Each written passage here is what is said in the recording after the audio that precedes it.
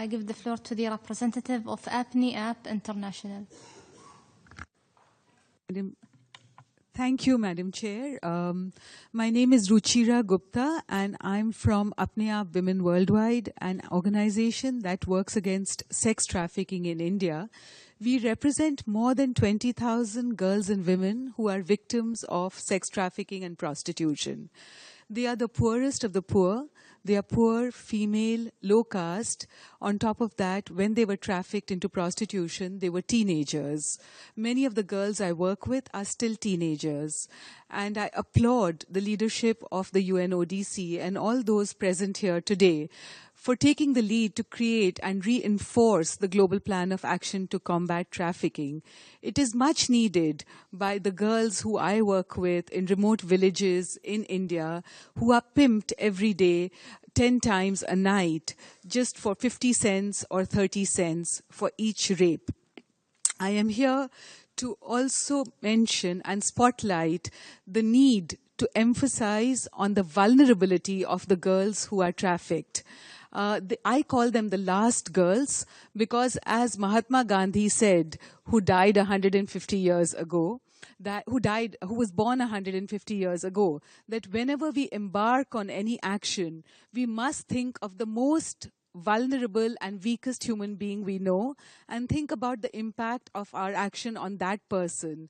So I ask all of you present today to think of the most vulnerable human being as that last girl, the 13-year-old in a brothel who has no access to food, clothing, shelter except what the brothel keeper gives her, and definitely no access to justice.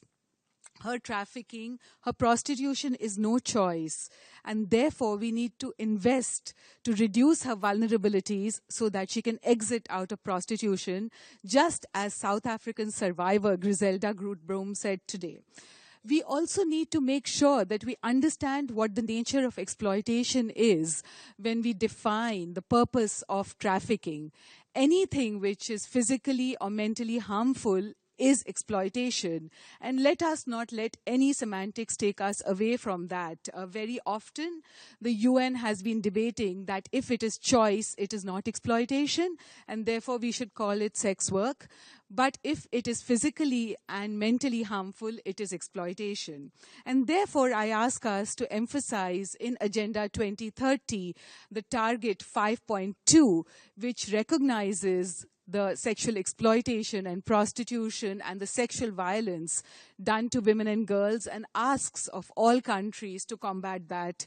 I understand that partnerships are essential to combat this, partnerships across UNICEF, UNHCR, UNAIDS, and other UN agencies, but also we must look at best practices that already exist as solutions to combat trafficking, and therefore I point to the Nordic model, which has been created by Sweden, followed by Norway, and now adopted by France and Ireland as a way to go forward, in which women and girls who are victims of trafficking are decriminalized and those who buy and sell them are criminalized.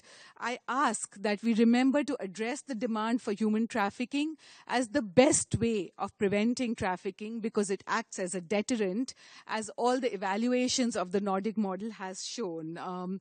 I also ask and appeal to member states and the UN to talk to my country, India, where there are two laws which are very, very problematic and will have a very dangerous impact on the last girl. One is that in September, a law has legalized child labor in my country in many sectors like family-based enterprises and audiovisual entertainment, as well as removed the list of hazardous industries. Sorry, I have to interrupt you. I'm sorry. And the second thing is to make sure that trafficking is always linked for the purposes of sexual exploitation as much as for labor exploitation. Thank you.